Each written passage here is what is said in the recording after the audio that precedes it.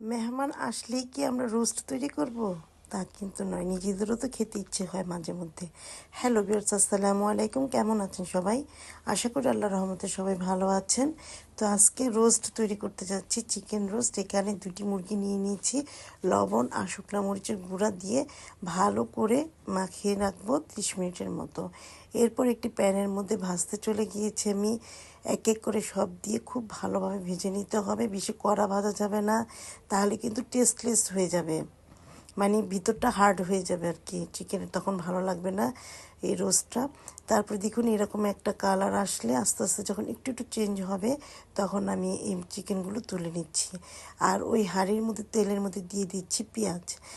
আর roast তৈরি করতে তো অবশ্যই পেঁয়াজের পরিমাণ বেশি লাগে। আর আমার এই পেঁয়াজ ভাজার সময় কিন্তু তেজপাতা, দারচিনি, এলাচ, শুকনো গরম মশলাগুলো কিন্তু দিতে হবে। আর এখানে নিয়ে নিচ্ছি 1 টেবিল চামচ পরিমাণের মতো পোস্তদানা, 1 টেবিল চামচ পরিমাণের মতো বাদাম, 1 টেবিল চামচ পরিমাণের মতো কিশমিশ, জায়ফল একটা, আর জয়িত্রী ছিল 3 টুকরা।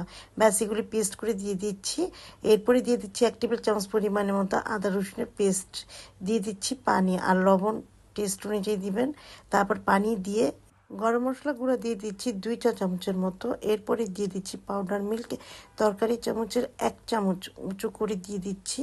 পাউডার মিল্কটা দিয়ে দেওয়ার পরে এখানে অ্যাড করে দিব। আর এখানে খুব ভালোভাবে এটা মিশিয়ে নিতে হবে। তারপরে আধা কাপ পরিমাণের মতো টক দই দিয়ে দিচ্ছি। টক দইটা কিন্তু অবশ্যই ফেটিয়ে নিতে হবে, নয়তো চাকা চাকা হয়ে যাবে। ভেজে রাখা চিকেনগুলো দিয়ে দিচ্ছি। দিয়ে দেওয়ার পরে 10 থেকে 15 মিনিটের মতো কুক করে নিচ্ছি। এরপরে ঢাকনাটা তুলে নিচ্ছি। তুলে নেওয়ার পরে ভালোভাবে আবার নেড়ে চেড়ে নিচ্ছি, যাতে তলানিতে না লেগে যায় সেদিকে খেয়াল রাখতে হবে। তারপরে দিয়ে দিচ্ছি সামান্য পরিমাণ চিনি। যেহেতু আমি টেস্টিং সল্ট ইউজ করছি না, তাই ব্যালেন্সটা রাখার জন্য চিনি একটু ইউজ করছি। এরপরে দিয়ে দিচ্ছি আলু বোখরা আর টমেটো সস দিয়ে দিচ্ছি 2 টেবিল চামচ পরিমাণের মতো। দিয়ে একটু ভালোভাবে নেড়ে চেড়ে আবার ঢাকনাতে ঢেকে কুক করে নিচ্ছি 5 থেকে 7 মিনিটের মতো। ব্যাস দেখুন কালারটাও চেঞ্জ হয়ে আসছে, আমার চিকেনটা কিন্তু হয়ে এসেছে, দেখেই বোঝা যাচ্ছে।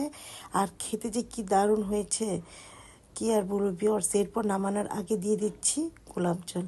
ব্যাস আমার রান্নাও শেষ। আজ এ পর্যন্ত, সবাই ভালো থাকুন, ধন্যবাদ।